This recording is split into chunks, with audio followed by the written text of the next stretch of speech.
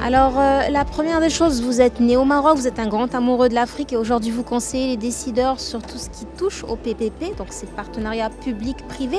J'aimerais savoir qu'est-ce que cela représente au niveau de l'infrastructure africaine.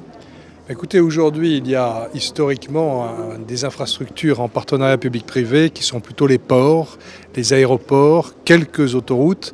Mais les ports et les aéroports se sont construits souvent en étant délégués à des entreprises qui allaient amortir leur investissement par le trafic des containers, des bateaux, des passagers ou des avions. Et on décide d'investir parce qu'on a une concession de 30 ans. Ça s'appelle le PPP marchand. Ce sont des PPP qui existent depuis toujours dans le monde entier.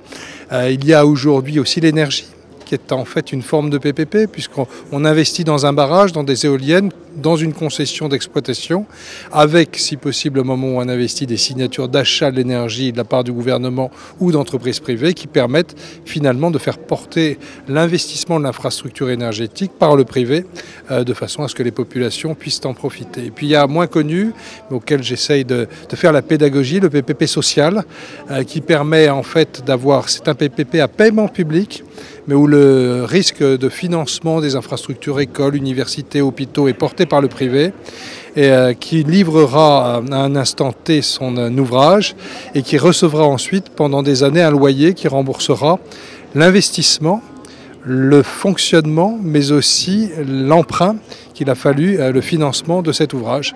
Et donc c'est des loyers qui sont totalement sanctuarisés mais qui permettent un haut niveau de service dans l'accompagnement. L'avantage des PPP par ailleurs, contrairement au marché public, qui permettent d'avoir des recettes annexes et aller chercher éventuellement par la valorisation immobilière, notamment dans les centres-villes où le foncier est cher, de trouver finalement des possibilités de payer moins cher un ouvrage public par de l'apport privé. Alors, selon vous, cela constitue aujourd'hui la solution idéale au regard de la conjoncture internationale, aussi pour les pays africains? Non, c'est une solution parmi d'autres dans une boîte à outils de la commande publique. Il ne faut pas considérer que ça va tout régler, ça ne réglera pas tout. Il y aura toujours de la commande publique, mais il y a des endroits où il y a des opportunités. Alors, dans l'énergie avec certitude, dans le transport, j'ai pris l'exemple aujourd'hui de ces bateaux qui transportent les populations à Abidjan, et puis il y a un bus aujourd'hui électrique qui va être fait en PPP à Dakar. Dans le transport public, on peut amortir du financement de l'achat de bus par une concession long terme dès lors qu'on est d'accord aussi sur le coût d'usage. Il y a eu le pont Henri Konan-Bédier qui est renégocié ces jours-ci, mais dont finalement une partie du financement était portée sur une concession par un groupe international qui a décidé de construire parce qu'il avait une concession long terme.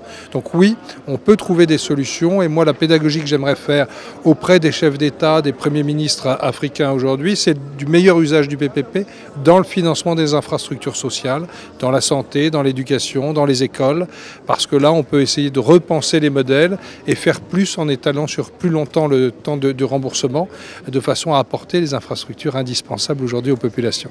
Alors les États y vont de bon cœur j'imagine, mais est-ce que par exemple au niveau du privé il y a parfois quelques réticences, un peu de frilosité Alors, sur le PPP social, les États n'y vont pas de bon cœur parce qu'ils ne connaissent pas suffisamment l'outil, la possibilité et l'opportunité d'utiliser le foncier, notamment dans les centres-villes, qui est une vraie richesse que l'Afrique a sous ses pieds et que l'on ne valorise pas suffisamment. Donc sur le PPP social, on peut aller chercher, au lieu de vendre du foncier, l'adosser sur un bail emphytéotique d'une 30aine d'années, pour une entreprise privée, pour un hôtel, et lui demander de construire l'école à côté, quasi gracieusement, parce qu'il aura la possibilité d'exploiter un ouvrage privé de l'autre côté. Ça n'existe pas dans les mentalités, donc il y a beaucoup de pédagogie à faire, ça existe dans la loi. Il existe maintenant en plus sur l'UMOA, sur la CEMAC, des cadres juridiques plutôt assez proches les uns des autres pour porter ces PPP sociaux. Sur l'énergie, je pense que la compréhension est là et les choses sont en train de s'accélérer. Vous avez eu l'occasion de permettre des partenariats au niveau du Maroc ? Alors, au Maroc, il y a depuis longtemps des partenariats, bien avant que l'on arrive. Bien sûr, le Tangemed est un des PPP les plus connus, mais vous avez actuellement aujourd'hui une centrale de dessalement à Agadir, qui est un PPP et qui va être extrêmement intéressante à regarder, qui apportera et de l'eau pour l'irrigation pour les agriculteurs et de l'eau pour les populations. Et sans aucun doute, eu égard au stress hydrique et à la priorité qui est donnée aujourd'hui par le gouvernement pour régler les problèmes de l'eau, le PPP pourrait permettre d'aller financer ou trouver du financement sur une dizaine de centrales de dessalement pour les 10 ans qui viennent, et peut-être aller chercher des recettes annexes ou un amortissement de ce financement en déployant de l'hydrogène à côté grâce à l'éolien ou au photovoltaïque, qui permettrait à l'arrivée de diminuer le coût de l'eau parce qu'on a utilisé une partie de cette eau qui est non salée pour pouvoir produire de l'hydrogène. Donc vous voyez, il faut trouver et être malin demain, trouver bien sûr le juste équilibre financier. C'est facile à dire, mais il faudra bien sûr que l'énergie sorte à bon prix. Mais très clairement, une des priorités sur le Maroc aujourd'hui, c'est l'eau. Et là, il faut trouver des solutions. D'accord, alors vous avez commencé par créer un club pour ces PPP et vous envisagez d'en créer d'autres. Un club au Maroc, maintenant depuis 5 ans, qui a créé une relation extrêmement forte avec la DEPP, avec la DGCL. Il y a eu des élections, il y a eu par ailleurs surtout le Covid, donc on va redémarrer l'animation de ce club dès le mois de décembre prochain, en organisant une rencontre avec, je l'espère, une ministre de premier plan qui s'intéresse aux finances dans ce pays. Et puis derrière, nous allons aller rencontrer la présidente des régions du Maroc, le président des maires du Maroc, pour leur proposer de faire de l'accompagnement dans la pédagogie du PPP auprès des maires et des présidents de région, d'autant que depuis le mois d'août dernier, les collectivités locales sont éligibles à l'outil des PPP, mais le connaissent encore mal, donc il faudra faire toute cette pédagogie. C'est pourquoi nous allons relancer le club des PPP au Maroc. De crise en crise vers un nouvel ordre mondial. Est-ce que la thématique de cette 14e édition vous inspire? D'abord, le monde a changé avec 2 crises énormes.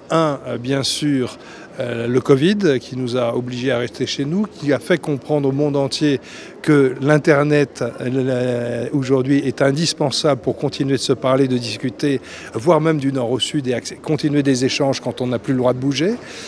L'Ukraine montre que les choses ne sont pas si simples au nord, même si au sud et en Afrique il y a eu quelques coups d'État qui nous donnent le sentiment de revenir presque 40 ans en arrière. Donc le monde aujourd'hui est en crise, il va falloir trouver ces solutions et l'Afrique, je le crois, et ce matin mon ami Moussa Mara, l'ancien Premier ministre du Mali, l'a redit, il faut donner une visibilité à l'Afrique et aussi à l'ONU. Et donc oui, je crois que l'Afrique a raison pour se reconstruire, de demander ce siège à la table des nations pour qu'on lui reconnaisse cette force et que l'Afrique s'organise elle-même. Et je crois que l'idée que le président de l'Union africaine puisse tourner tous les ans pour représenter l'Afrique dans le monde entier, Afrique qui aura 2 fois plus de population dans 20 ans, il est indispensable aujourd'hui de renforcer les liens, que l'Afrique s'organise elle-même, bien sûr dans son dialogue, dans sa monnaie, dans ses échanges avec ses infrastructures, mais dans une nouvelle forme de dialogue avec le monde, eu égard au fait qu'elle a près de la moitié des richesses, elle aura dans 20 ans la moitié de la population mondiale, ou presque, et on est obligé de renforcer nos dialogues. Et je trouve que les Meddays ont toute leur place, ça fait maintenant 14 ans qu'ils l'ont lancé, elles sont particulièrement africaines, indéniablement, vous l'avez vu comme moi, et elles sont totalement indispensables pour renforcer cette réflexion sur l'avenir de l'Afrique, de son économie, de sa diplomatie, de son organisation. Monsieur Tessy Dorfin, merci beaucoup pour votre intervention. Merci à vous.